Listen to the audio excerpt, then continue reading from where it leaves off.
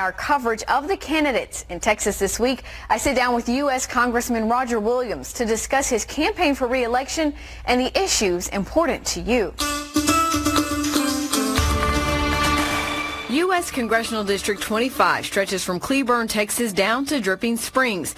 Marble Falls, Fort Hood, and also fall in the district lines. Since 2013, Republican Roger Williams has represented the area. He joined us to talk about his campaign for re-election. Congressman, thank you so much for joining us this morning. Thank you. Let's start by talking about some of the issues important to the people within your district.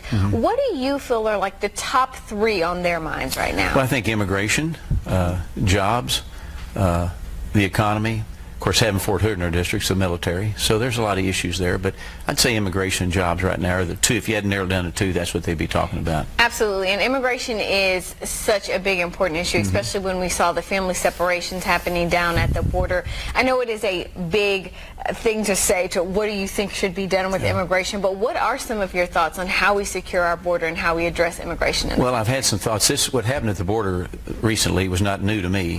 When I was Secretary of State under Governor Perry, that's one of the assignments I had, was to kind of oversee the border. So I've been down there. I've seen this going on. This is not the first time this has happened. Nobody likes the separation of families. None of us like that. But we are a land of law, and we have to adhere to the law. And so I think what we need to be doing is we have a lot of people coming over here, frankly, that don't want a job. They're coming over here as terrorists. They're coming over to kill us. So we got a lot of drug dealing going on down there. So we need to secure our border. We need to ask people and make people, frankly, come between the ports of entry. Or through the ports of entry, not between the ports of entry. That's the best way that we can help them. But, you know, I've always been for more boots on the ground, you know, if maybe a wall, but technology, more boots on the ground to begin to secure the border and it help us adhere to the laws that we have in this state and this country. You know, the president has been very vocal about his support and his desire to build a wall. Are you a fan of the idea of having a wall? I've never really been a wall guy. I've been a boots on the ground guy. I think people doing business with people is always a good thing. I'm a businessman, and that's just, you can save a lot of arguments talking to people. So we've needed more Border Patrol for a long time. We've needed to move them up on the border. Under the Obama administration, they had to be about 45 miles back and so forth. So, but boots on the ground, technology, and if there's a component for a wall, fine. But I have never really supported the wall as much as more people on the ground. Another issue that we hear a lot from our viewers, especially in the light of what happened at Santa Fe High School, is about guns. Do you think there needs to be some changes to our current gun policies and gun control? Well, our heart goes out when we see these school shootings. Right after Parkland, even before Santa Fe, I had a bill, and I'm still working on it. It's bipartisan. It's 5107 in the House that begins to get the Department of Education to help secure our schools and protect our teachers and our young people. I actually met with Betsy DeVos in my office with the idea of using their part of their $63 billion budget to issue grants to individual schools for whatever they think may need. Maybe more people, maybe it's more boots on the ground, as we say.